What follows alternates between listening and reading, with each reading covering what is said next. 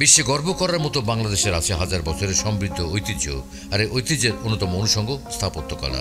বাংলাদেশের যে স্থাপনা শৈলী এখনও বিমোহিত করে চলেছে অগণিত ভ্রমণকারী মানুষকে, তার মধ্যে আছে দেশ জুড়ে থাকা ঐতিহাসিক ও নান্দনিক মসজিদ।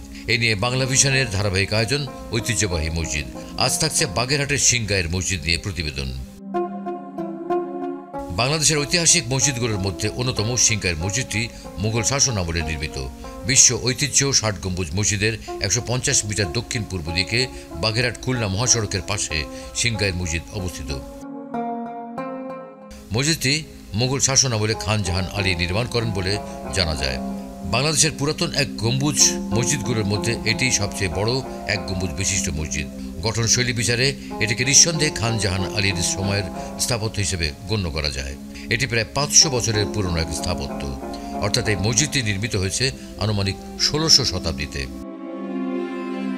এই মসজিদটির সাধারণ বৈশিষ্ট্য ৬০ গম্বুজ মসজিদের অনুরূপ।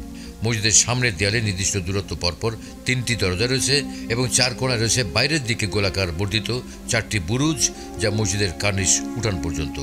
এটি মূলত একটি এক গম্বুজ বিশিষ্ট মসজিদ।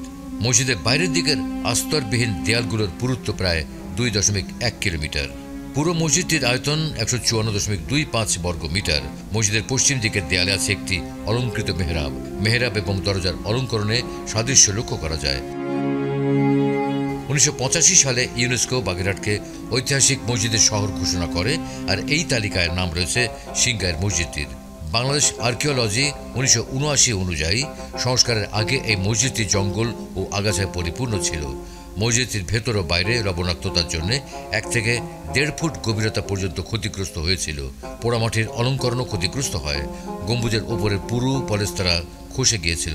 খিলান ও দেওয়ালে ফাটল দেখা দিয়েছিল। মেঝেও ক্ষতিগ্রস্ত হয়েছিল।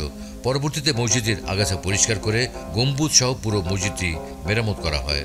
বর্তমানে মসজিদটিতে এখনও ৫ ওয়াক্ত নামাজ আদায় করতে পারেন স্থানীয় মুসল্লি সহ আগত দর্শনার্থীরা।